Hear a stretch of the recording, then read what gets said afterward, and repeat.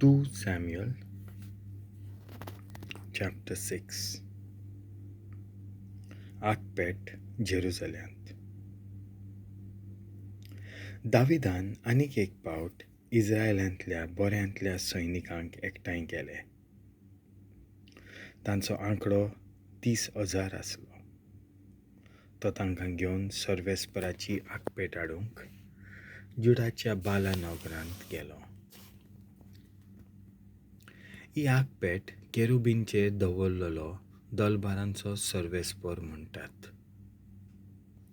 तांणी सर्वेस्पराची आर्कपेट एके नवे गाडयेर घातली आनी जिबियांत आसलेल्या अभिनदाबाच्या घरांतल्यान ती भायर काडली. आनी अभिनदाबाचे पूत उजा आनी आहियो ते गाडयेक मार्गदर्शन दिताले. उजा आर्कपेटेचे बाजूक चलतालो आनी आहियो तिच्या फुडल्यान आसलो.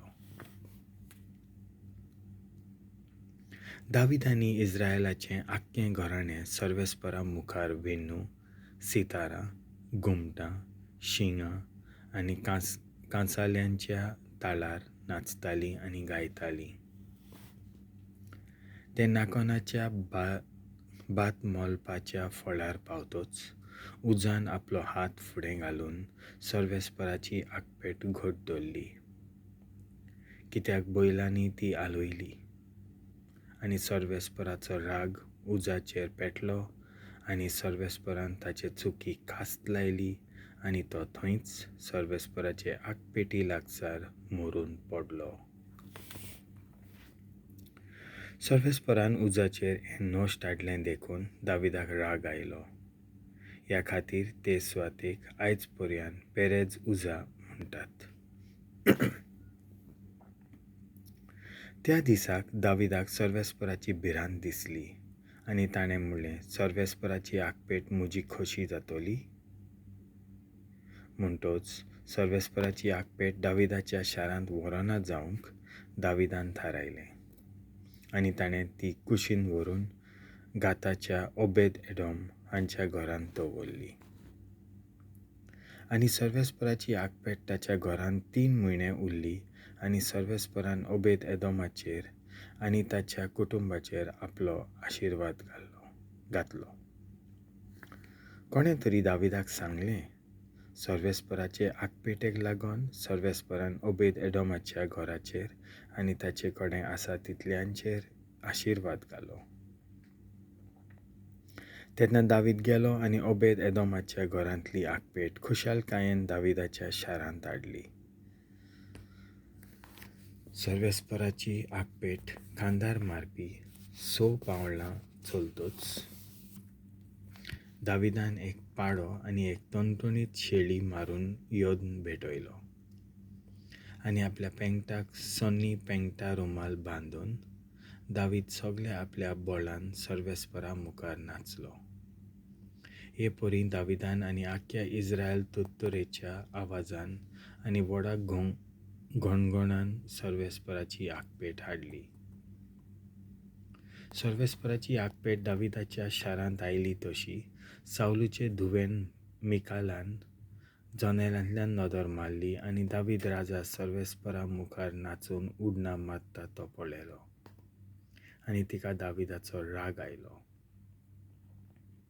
उपरांत सर्वेस्पराची आर्कपेट व्हेली आनी दाविदान उबारलेल्या तोंबूंत एके खरीत सुवातेर ती दवरली.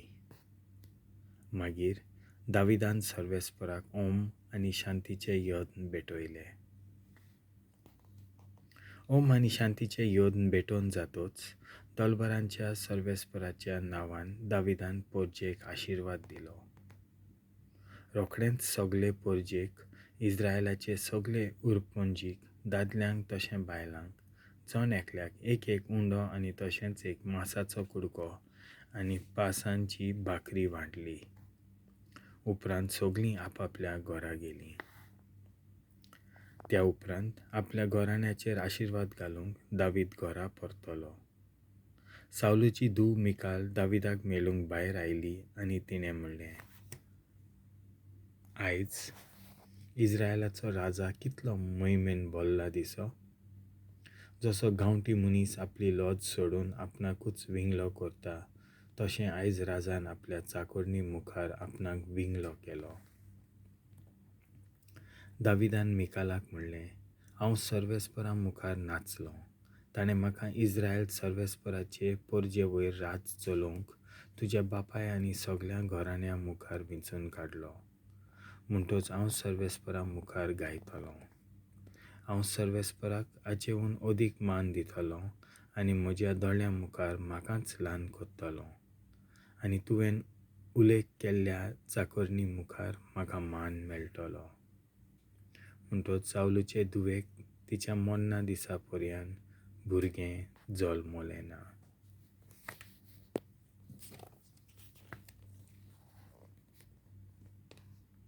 देवाचें उतर